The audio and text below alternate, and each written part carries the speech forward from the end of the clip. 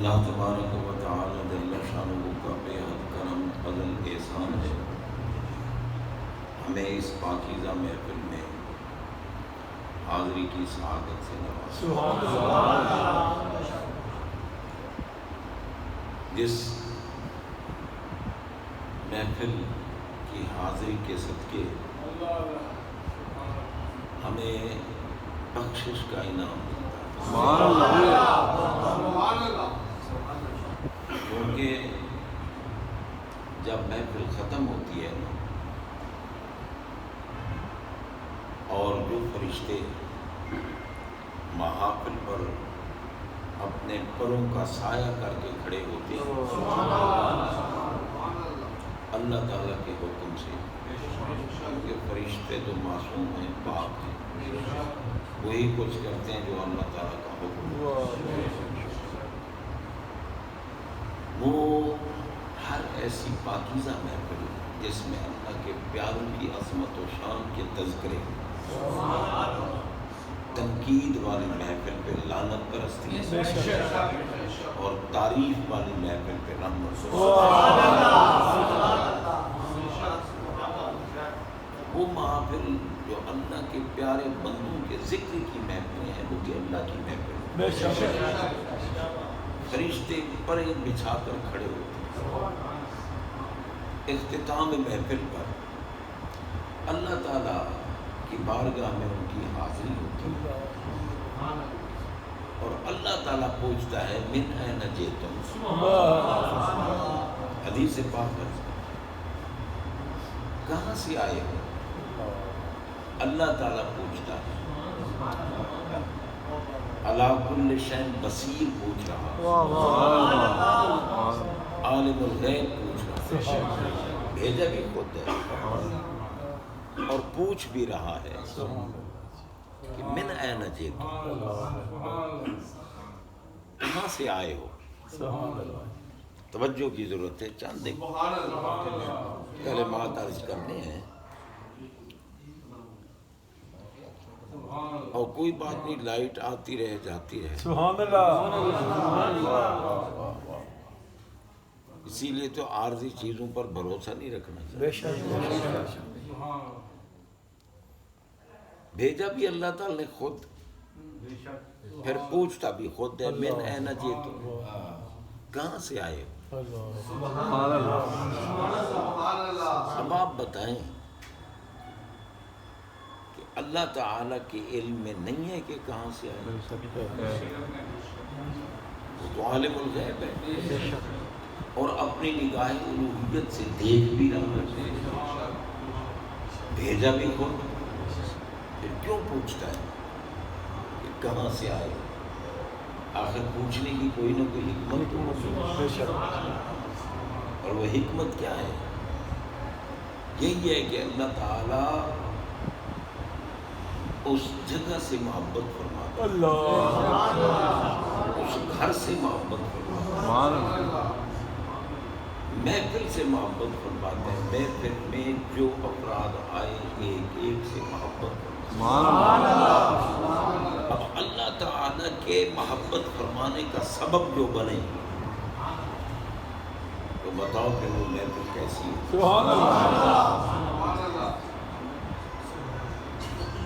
اس لیے پوچھتا ہے کہ کہاں سے آئے ہو، تاکہ اس گھر کا نام ہو، علاقے کا نام ہو، محفل میں آنے والے ایک ایک کا نام ہو۔ سبحان اللہ، اب ہم کتنے خوش بخت ہیں کہ ہمارے نام اللہ تعالیٰ سنیں،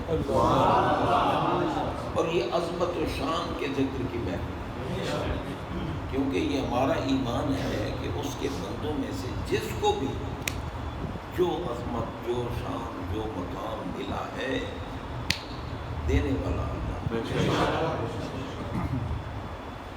اور جب بنانے والے کی کسی بنی ہوئی چیز کا ذکر کرو عظمت و شان کے ساتھ تو بنانے والا تو خوش ہوتا ہی ہے، بے شک، اور اگر کوئی نقص نکالنا شروع کر دے، کتنا بڑا بے وقوف ہے بے شک، کہ پاگل جتنے عظمت والے لوگ ہیں یا عظمت والی چیزیں ہیں ان کی تعریف کرو گے تو ہے تو بنانے والے کی تعریف،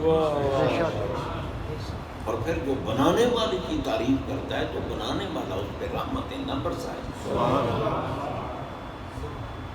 بہرحال یہ اس کی توفیق ہے کہ ہمیں اس پاکیزہ محفل کی حاضری نصیب فرمائے۔ ان سعادت بدور بازو نے تان بخشن خدائے بخشن نہ، وہ کریم کرم نہ فرمائے کسی کو توفیق نہیں ملتی۔ بے شک دل میں انتظار کرنا اور محبت کے ساتھ آنا یہ اللہ کی عطا ہے۔ بے شک حضرات محترم، قرآن مجید فرقان حمید قرآن رشید کے چوتھا پارہ چند کلمات طیبات کی تلاوت کا شرف حاصل کیا، کیونکہ یہ اب موسم حج کا ہے اور قربانی کا ہے۔ سبحان اللہ، خوش نصیب لوگ حج بھی کریں گے، کیا بات، قربانیاں بھی دیں گے۔ کیا بات۔ ان کلمات طیبات میں رب العالمین نے حج کا ذکر کیا، اللہ، فرمایا للہ علی الناس حج البیت، لوگوں پر اللہ کی رضا کے لیے بیت اللہ کا حج ہے۔ من استطاع الیہ سبیلا، جس میں طاقت ہو کہ اس گھر تک چل کے جائے، استطاعت ہو۔ استطاعت کیا ہے؟ کہ رکاوٹ بھی نہ ہو، منظور بھی مل جائے، راستے کے خطرات بھی نہ ہوں، اور وہاں پہنچنے کا زاد راہ بھی ہو، اور گھر میں جن کو چھوڑ کے جائے ان کے لیے بھی اہتمام کر سکتا ہوں۔ یہ ہے استطاعت۔ جس کے پاس استطاعت ہے اللہ نے ان کو کہا ہے کہ وہ بیت اللہ کا حج کرے۔ حج کیا ہے؟ حج کا لغوی معنی ہے کعبہ کی بارگاہ میں حاضری کا ارادہ کرنا، کعبہ کی حاضری کا، اور کعبہ ہی سبب حج ہے، کیونکہ فرمایا نا حج البیت، اس گھر کا حج کرنا۔ کعبہ سبب ہے حج کا، کعبہ نہ ہوتا تو حج نہ ہوتا۔ حج کا اصل سبب اور مرکز کعبہ ہے۔ اب آپ اندازہ لگائیں کہ کعبہ کو یہ شان ملی کہ لوگ آتے کعبہ کی طرف ہیں، مگر رب فرماتا ہے کہ تم کعبہ کے پاس نہیں آ رہے، تم میرے محبوب بندوں کے پاس آ رہے۔ قرآن میں ہے نا یاتو کا، اے پیارے ابراہیم خلیل اللہ علیہ السلام جتنے بھی حج کرنے آئیں گے وہ آپ کی بارگاہ میں یاتو آئیں گے، کہا آپ کی بارگاہ میں۔ اور یقیناً ابراہیم علیہ السلام تو اس وقت عالم برزخ سے متعلق ہے، صاحب مزار ہیں، دنیا میں تو نہیں بیٹھے۔ اگر مزار والے اللہ کے محبوب بندوں کے پاس جانا شرک ہوتا تو رب کیوں فرماتا کہ یاتو کا، قیامت تک جتنے بھی حج کرنے آئیں گے پیارے خلیل آپ کے پاس۔ سبحان اللہ۔ اگر خلیل اللہ کے پاس آنے والوں کو حج کی عظمت نصیب ہوتی ہے تو حبیب اللہ کی بارگاہ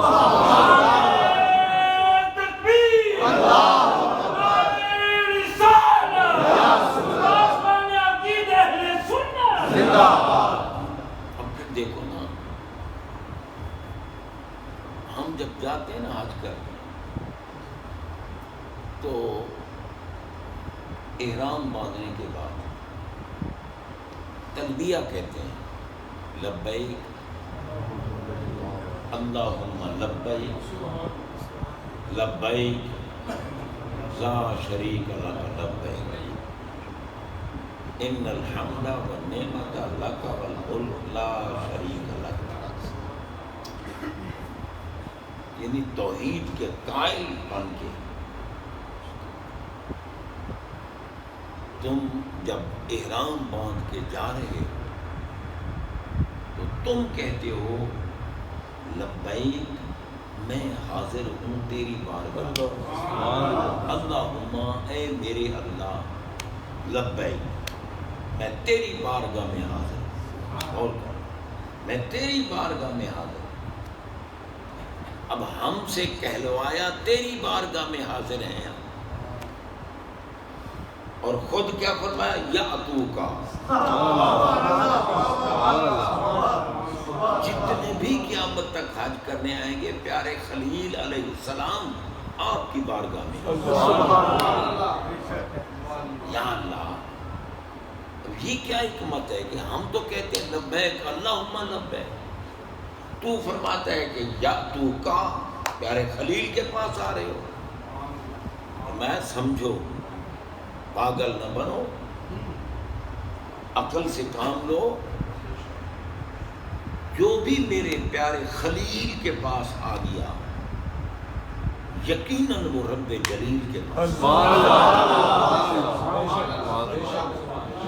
کیسے رب جلیل کے پاس آ گیا؟ رب فرماتا ہے انا جلیس من ذکرنی، میں ہوتا ہی وہاں ہوں جہاں میرے پیارے بندے ہوں۔ سبحان اللہ، سبحان اللہ۔ انا جالس نہیں فرمایا، اگر جالس ہوتا نا تو پھر یہ ہوتا کہ کیا پتا اب ہم جا رہے ہیں اللہ ہو وہاں یا نہ ہو، کیونکہ جالس بھی بیٹھنے والے کو کہتے ہیں اور جلیس بھی بیٹھنے والے کو کہتے ہیں، مگر جالس وہ ہوتا ہے جو کبھی بیٹھے کبھی اٹھ کے چلا جائے، اور جلیس وہ ہوتا ہے جو بیٹھے اور کبھی بھی اٹھ کے نہ جائے۔ میں انا جلیس من ذکرنی، جن نے ساری زندگی میری ذات پاک کا ذکر کیا، مجھے یاد رکھا، میرے آگے سر تسلیم خم کیا، میری اطاعت کی، میرا حکم مانا، میں اللہ انہی کے پاس ہوں۔ سبحان اللہ۔ تو اس لیے فرمایا کہ جو خلیل، جو جلیل کے پاس آ رہے ہیں وہ خلیل کے پاس آ رہے ہیں۔ ہم سے کہلوایا کہ اللہم لبیک، یا اللہ میں تیری بارگاہ میں حاضر ہوں، اور پھر جب حاضر ہوئی اور کعبہ پہ نظر پڑی، لیکن یہ فرما دیا کہ حج ہر ایک پر فرض نہیں ہوتی، حج بھی ان کے لیے ہوتی ہے جن کو ایمان کی دولت نصیب ہے۔ ہمارے آقا علیہ الصلوۃ والسلام صحابہ سے مخاطب ہیں، فرماتے ہیں یا ایھا الناس قد فرض علیکم الحج، حج تم پر فرض کر دی، بے شک، سبحان اللہ، حج تم پر فرض کی گئی ہے۔ اب ایک صحابی رضی اللہ تعالی عنہ کو یہ خیال آیا کہ روزے بھی ہم پہ فرض ہیں، ہر سال روزے رکھتے ہیں، اب یہ تو پوچھیں کہ حج بھی ہر سال ہوگا۔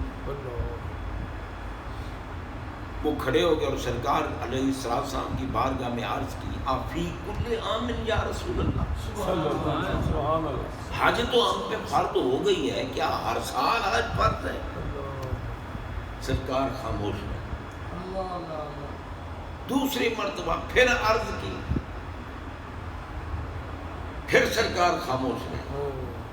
تیسری مرتبہ پھر عرض کی، آفی کل عام یا رسول اللہ، سرکار کیا ہر سال حج فرض ہے؟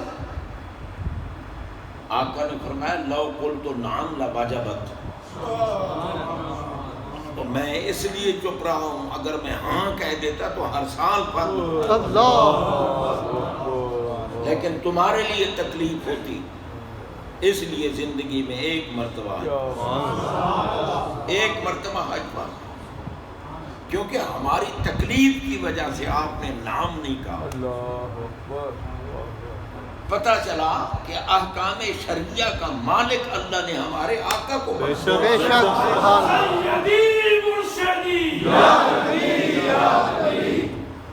جناب غور کیجیے، بے نیاز اللہ شانہ نے خود قرآن پاک میں ارشاد فرمایا کہ من یطع رسولہ فقد اطاع اللہ، جس نے رسول اللہ کیا حکم مانا پس تحقیق اس نے اللہ کا حکم مانا۔ سبحان اللہ سبحان اللہ۔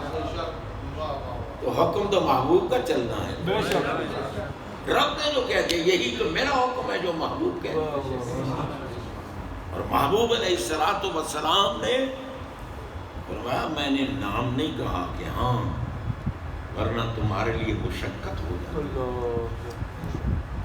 اسی لیے ایک حدیث پاک میں آپ نے فرمایا لولا نشق علی امتی لامرتهم بالسواک عند کل صلاۃ، میں اگر میں اپنی امت کے لیے مشقت نہ سمجھتا تو ہر وضو کے ساتھ مسواک کرنا واجب کرتا۔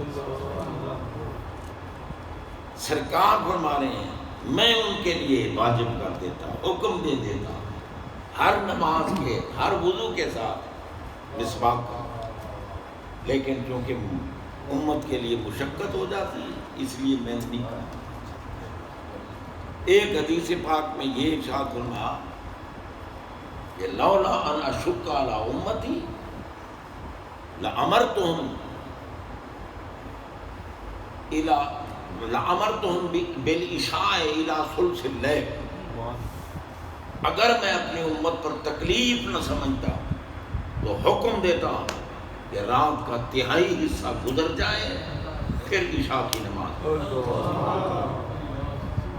عشاء کا نماز پڑھو تہائی حصہ گزارنے کے بعد، مگر میری امت کے لیے مشقت اور تکلیف ہو جاتی، کئی تھکے ماندے ہوتے ہیں، کوئی کام کرتے ہیں، کوئی کچھ ہوتے ہیں، اس لیے جب بھی نماز عشاء کا وقت شروع ہو عشاء پڑھتے ہیں، شفق جب غائب ہو جائے عشاء پڑھ سکتے ہیں۔ تو پتہ چلا کہ ہمارے آقا احکام شریعہ کے مالک، بے شک بے شک۔ اسی لیے آپ دیکھیں کہ سرکار علیہ الصلوۃ والسلام نے اپنے ایک صحابی رضی اللہ تعالی عنہ ایک کی گواہی دو کے برابر، سبحان اللہ، ایک کی گواہی، اب ان کا اسم گرامی حضرت خزیمہ بن خزیمہ بن ثابت، حضرت خزیمہ بن ثابت رضی اللہ تعالی عنہ عقیدے کی گواہی، کہ ہمارا عقیدہ ہے نا کہ بھئی افضل البشر بعد الانبیاء بالتحقیق ابی بکر صدیق رضی اللہ تعالیٰ افضل البشر ہے۔ پھر فاروق اعظم کا مقام دیکھیں، ہمارے آقا فرماتے ہیں کہ لو کان بعدی نبی لکان عمر بن الخطاب، میرے بعد اگر نبی آ سکتا ہوتا تو میرا عمر نبی ہوتا۔ مالک کل نبی رفیق یعنی فی الجنت رفیقی یعنی فی الجنت عثمان، لکل نبی رفیق و رفیقی فی الجنت یعنی فی الجنت عثمان، سبحان، فرمایا ہر نبی کا جنت میں کوئی نہ کوئی رفیق ہوگا، میرا رفیق عثمان غنی، سبحان اللہ۔ اور فرمایا کہ یحب علی مومن ویبغضہ منافق، جس کے دل میں علی کی محبت ہے وہ مومن ہے، اور بغض ہے تو منافق ہے، اور منافق عملی نہیں، منافق اعتقادی، منافق اعتقادی کافر کو کہتے ہیں۔ علی کی عظمت سن کر اگر کسی کا دل تنگ ہونا شروع ہو جائے تو وہ لعنتی ہے، منافق ہے، جہنمی ہے، جنت تو ہے ہی علی کی جاگیر۔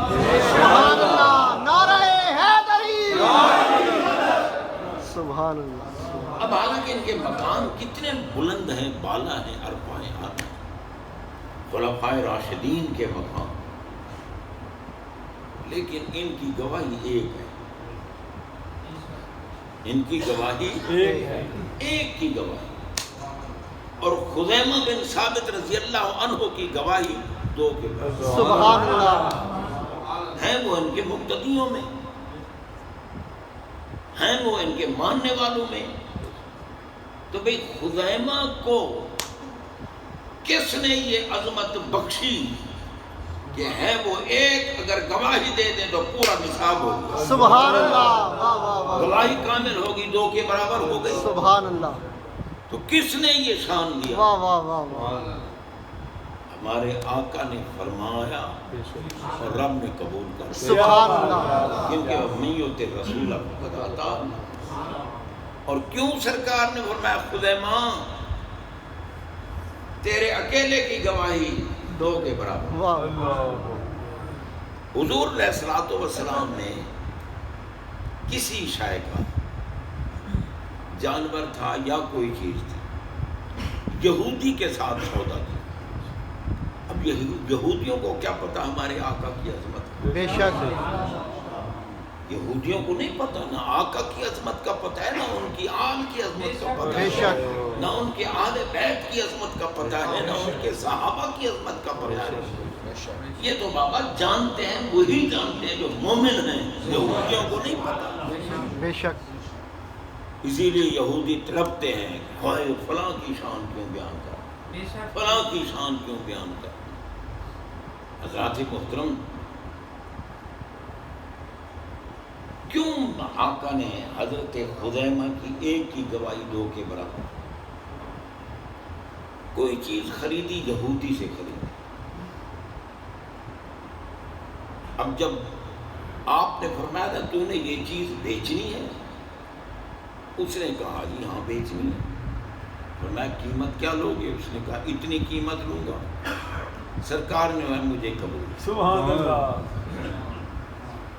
بے شرا میں صرف ہے یہی کہ بیچنے والا کہے اس شے کی اتنی قیمت ہے. اگر خریدنے والا کہہ دے مجھے قبول ہے تو اب بیچنے والا شے کا مالک نہ رہا، قیمت کا مالک. شے خریدنے والے کی ہوگی. سرکار نے جب قبول فرما لیا کہ ہاں ٹھیک ہے اتنی قیمت میں مجھے یہ قبول ہے، یہودی کہنے لگا نہیں میں نے بیچی نہیں. سرکار نے فرمایا تو نے بیچی ہے، میں نے خریدی ہے. وہ کہتے ہیں جی نہیں میں نے بیچی نہیں. کوئی گواہ لو اس معاملے میں. جب یہ معاملہ ہوا تو یا سرکار تھے یا یہودی تھا، تیسرا بندہ ہی کوئی نہیں تھا. اب جو بھی آتا وہ سوچتا کہ یار میں تو تھا نہیں، اب میں گواہی کیسے دوں. کسی نے گواہی نہ دی. حضرت خزیمہ آ گئے. خزیمہ آئے، انہوں نے معاملہ سنا. انہوں نے عرض کی کہ میں اللہ کی قسم کھا کے کہتا ہوں، گواہی دیتا ہوں تو نے بیچا ہے میرے آقا.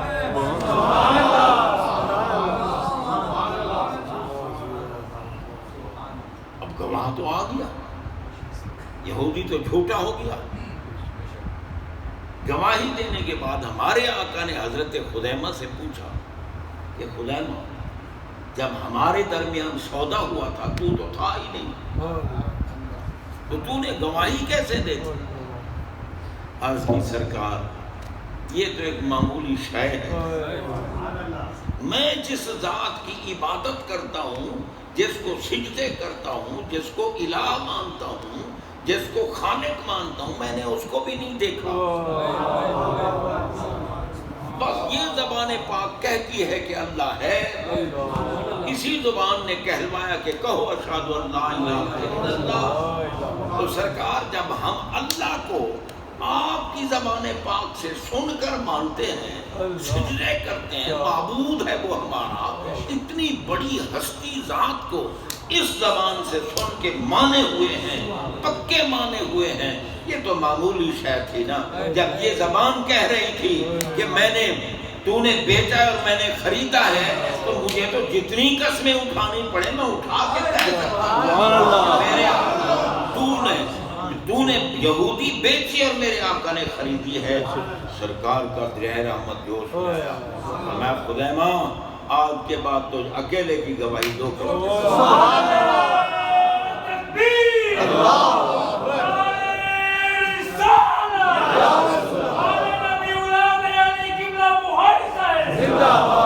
اب آپ اندازہ لگائیں کہ ہمارے آقا احکام شریعہ کے مالک جو کچھ کہہ رہے ہیں. اب دیکھو نا قرآن مجید فرماتا ہے ہم کے ہو ما طاب لکم من النساء مثنی و ثلاث و رباع، کہ تمہارے لیے مومنوں کے لیے ایک عورت کے ساتھ نکاح کرنا، دو عورتوں کے ساتھ، تین کے ساتھ، چار تک حلال ہے، نکاح کر سکتے ہو. اب قرآن مجید میں یہ حکم ہے اور سرکار ممبر پہ بیٹھے فرمایا علی جب تک تمہاری نکاح میں سیدہ فاطمہ زہرا ہیں تمہارے لیے دوسرا نکاح حرام ہے.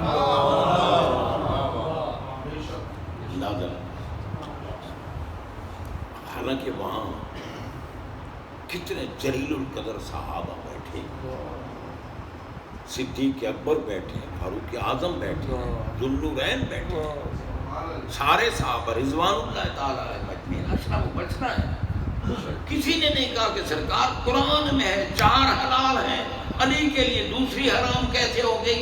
سب کو پتا تھا کہ وہ من یطع الرسول رسول اللہ کا حکم ہی اللہ کا حکم ہے. وہ اگر 4 کی اجازت دی ہے تو اللہ نے دی ہے. علی کے لیے دوسرا نکاح زہرا پاک کے ہوتے ہوئے حرام کیا ہے تو اللہ نے کیوں حرام کیا؟ اس لیے کہ سوکن جو ہوتی ہے نا وہ برابری کی حقدار ہوتی ہے. فرمایا کائنات میں کوئی ایسی عورت نہیں ہے جو زہرا پاک کی برابری ساری عورتیں جنتی عورتیں، ساری جنتی عورتیں میری شہزادی سیدہ زہرا پاک سلام اللہ علیہا کی غلام ہیں. تو کنیز کب برابری کر سکتی ہے سیدہ کے ساتھ؟ وہ سیدہ ہیں، وہ جنت کی تمام بیویوں کی سردار ہیں. ان کی عظمت و شان بلند و بالا ہے، والا ہے. کائنات میں میرے آقا کسی کی آمد پر کھڑے نہیں ہوئے، بس نام کیا لینے، کسی کی آمد پر کھڑے نہیں ہوئے. ہیں تو شہزادی مگر جتنے مرتبہ بھی آئیں آقا کھڑے ہو جائیں. بتاؤ ان کی عظمت کو اگر کوئی ملا نہ سمجھے تو اس میں ہمارا قصور تو نہیں نا. عظمت سیدہ زہرا جو طیبہ بھی ہیں، طاہرہ بھی ہیں، ظاہرہ بھی ہیں، خود بھی زہرا ہیں، جو ان سے لگ جائے اس کو بھی زہرا ان کو بھی پاک کر دیتے ہیں. ان کے مقام کو جانتے ہیں تو ہمارے آقا یا رب جانتا ہے. یہی وجہ ہے کہ قیامت کے دن پل صراط سے جب گزر ہوگا نا اللہ تعالیٰ کی طرف سے اعلان ہوگا یا اہل الجمع غضوا ابصارکم، اہل معاشر آنکھیں نیچی کر. اہل معاشر جتنے بھی ہیں، جس منصب والے ہیں، جس عزت والے ہیں، سب کو حکم ہو رہا ہے اپنی آنکھیں نیچی کر دو، کیونکہ آج میدان حشر ہے، ساری مخلوق جمع ہے. رب دکھانا چاہتا ہے کہ نامرادو بھونکتے تھے تم اس زہرا کے خلاف جن کے لیے میں آج بھی ادب کا اعلان کر رہا ہوں. سبحان اللہ. نظریں جھکا حتی تمر فاتح. سیدہ زہرا پاک کا گزر ہوگا اور بعض روایت میں ہے کہ سواری پہ سوار ہوگی. سبحان اللہ. اور رب شان دکھائے. اس دن تو کوئی ملا نہیں بول سکے گا. بے شک یہ یا اللہ یہ کیا، جو کائنات کے آقا ہیں، جو زہرا کے ابا ہیں، ان کے لیے بھی سواری کا اہتمام نہیں ہوا، ان کی بیٹی کے لیے کیوں ہوا؟ اللہ رب جس کو جو عظمت عطا فرمائے، جو شان عطا فرمائے، تو حضرات محترم فرمایا حج تم پہ فرض کی گئی، زندگی میں ایک مرتبہ، اور حج کا سبب کعبہ ہے۔ جس کعبہ کو دیکھو سارے گناہ معاف، اور پھر جو کعبہ سے افضل ہو، سبحان اللہ یہ ہمارے آقا تو جب دنیا میں آئے تو کعبہ بھی جھکا ہوا، سبحان اللہ اعلیٰ حضرت نے لکھا ہے نا، جن کے سجدے کو محراب کعبہ جھکی، ان بھموں کی لطافت پہ لاکھوں سلام۔ اور میرے تو نبی کے غلام کامل جو ہے نا، عشق میں ڈوبے ہوئے متبع کامل، کعبہ سے تو وہ بھی افضل ہے۔ کعبہ وجہ بنی ہے حج کی، اور اللہ جس پہ کرم کرے، استطاعت ہو، تو اب دور ہے حج کا، مشکل تو کام ہے جی، کیونکہ کورونا نے روکا ہوا ہے۔ رب العالمین جل شانہ کرم فرما دے، بن سکتا ہے سب۔ آج کل کون سا کوئی مہینہ لگتے ہیں، اب تو چند گھنٹوں میں بندہ وہاں۔ بہرحال گرمی ہے اور زیادہ وقت ہو گیا، میری طبیعت بھی آج کل ٹھیک نہیں رہتی، میں نے کہا چلو چند معروضات آپ کو پیش کر دوں، اسی پہ اکتفا کرتے ہیں۔ اللہ قبول فرمائے۔